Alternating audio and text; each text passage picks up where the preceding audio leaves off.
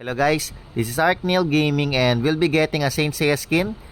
As you can see, it's only 20 hours left in the event. So go to the event shop. I've thought of it for a long time. I already got 1,000 torrent tokens 10 days ago, but I'm not sure what to get. So now we have no choice. You have to get a skin now before the event ends, or we will get nothing.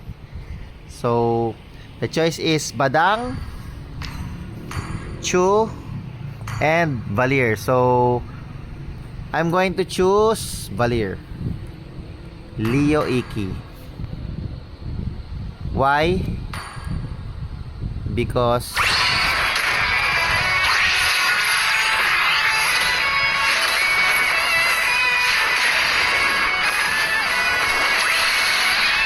I am the immortal Phoenix, Iki. because I already have Chu KOF and Badang Sojak skin. So I need a limited skin for Valier. And I looked at the effects. The effects are very good. So Leo Iki Valier, 3,000 collection points obtained. This is my 649 skin on my main account. And I'll show you why I chose this skin. Wait, what? Why Kimi? Okay, so I'll show you why this is a good skin.